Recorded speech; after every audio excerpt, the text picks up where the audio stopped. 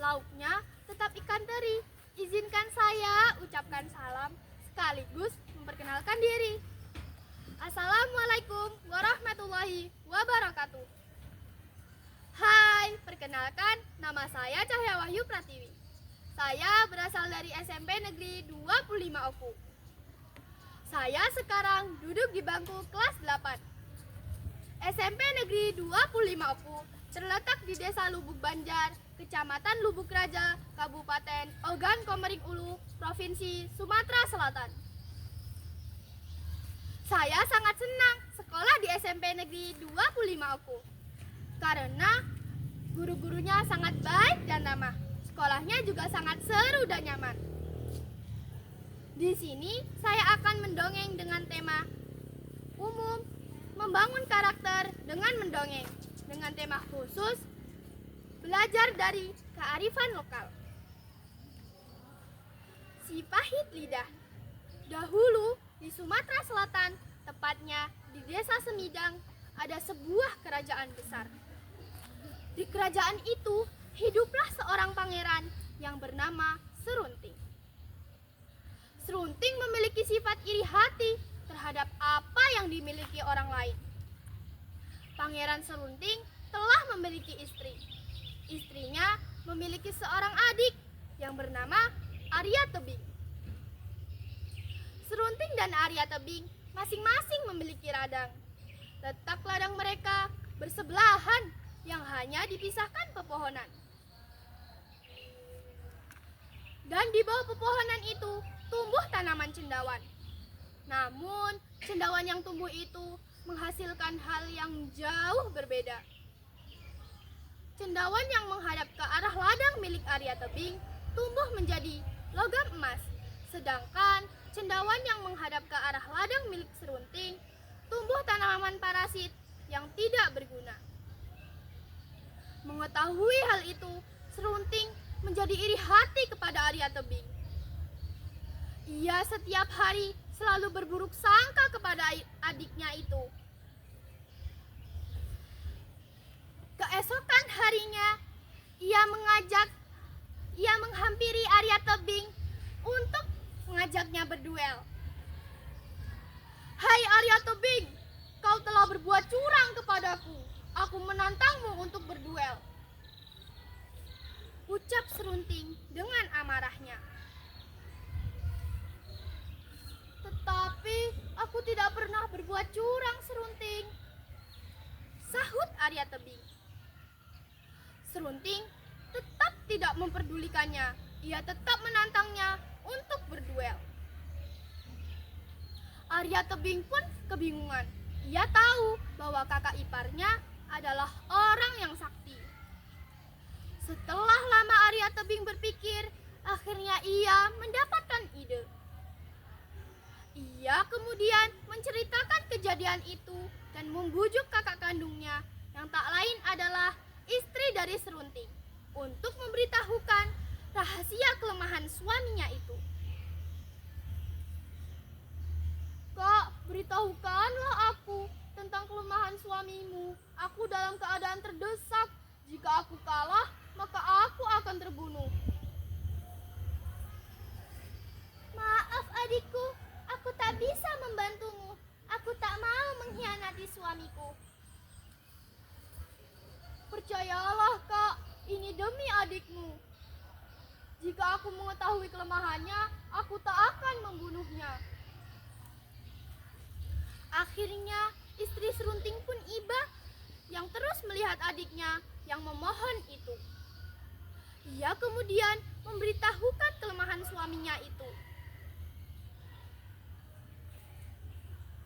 Baik adikku, kelemahan suamiku terletak pada tumbuhan ilalang yang bergetar meskipun tak tertiup angin. Oh ya, terima kasih kak. Keesokan harinya, sebelum mereka bertanding, Arya Tebing sudah menancapkan tombaknya ke tumbuhan ilalang yang bergetar meskipun tak tertiup angin itu. Serunting pun terluka parah dan kalah. Oh, aku kalah. Pasti istriku yang telah memberikan memberikanku kepada Arya Tebing.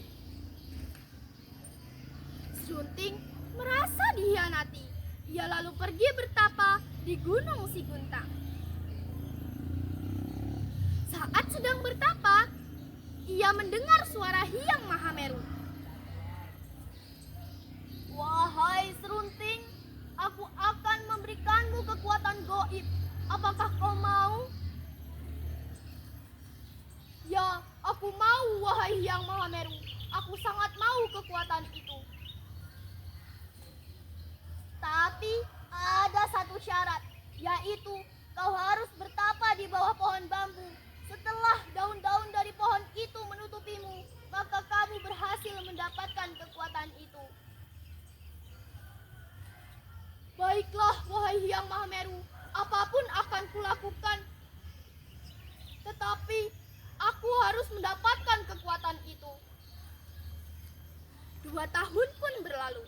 Serunting masih bertapa. Akhirnya daun-daun dari pohon bambu itu pun sudah menutupinya. Kini dia memiliki kekuatan, yaitu setiap perkataan yang keluar dari mulutnya akan menjadi kenyataan dan kutukan.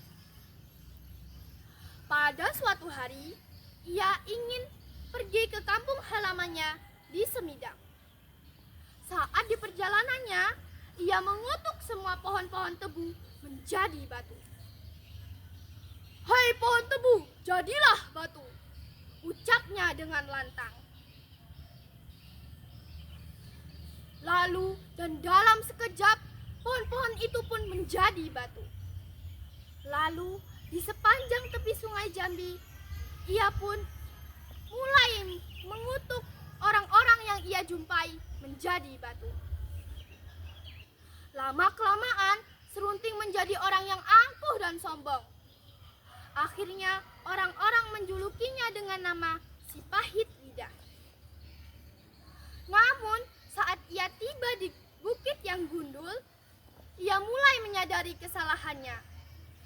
Lalu ia mengubah bukit itu menjadi hutan kayu. Dan dalam sekejap, bukit itu pun menjadi hutan kayu. Hingga masyarakat setempat berterima kasih kepadanya karena bukit itu menjadi hutan kayu yang bisa menghasilkan hasil kayu yang berlimpah untuk dijual di pasar untuk memenuhi kebutuhan hidup. Kemudian ia melanjutkan perjalanannya dan tiba di desa Karangagung. Lalu ia melihat ada sebuah gubuk tua yang dihuni sepasang suami istri yang sudah tua. Serunting lalu menghampirinya. Ia berpura-pura meminta seteguk air minum. Ternyata kakek dan nenek itu sangat baik hati dan ramah. Mereka memberikan segelas air minum kepada Serunting. "Nak, sebenarnya kami sudah lama ingin dikaruniai seorang anak untuk membantu kami bekerja karena kami sudah tua." Ternyata kakek dan nenek itu sudah lama ingin dikaruniai seorang anak untuk membantu mereka bekerja. Akhirnya Serunting pun mengabulkannya.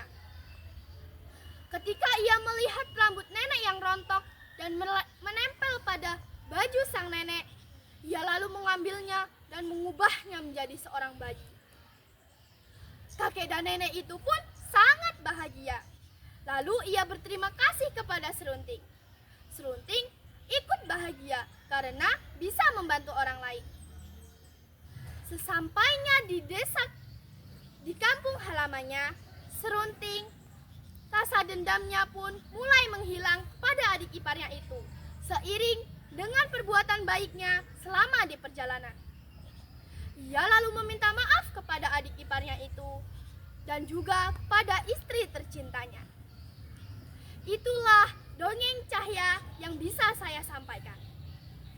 Pesan moral dari dongeng Cahya adalah manfaatkanlah ilmu yang telah kita miliki untuk berbuat baik dan membantu sesama. Hati-hatilah dalam berucap, karena ucapan kita bisa menyakiti hati orang lain. Ingat, mulutmu adalah harimaumu. Dan ingat ya, kita tidak boleh iri hati. Sekian yang bisa Cahya persembahkan. Terima kasih. Wassalamualaikum warahmatullahi wabarakatuh. jumpa.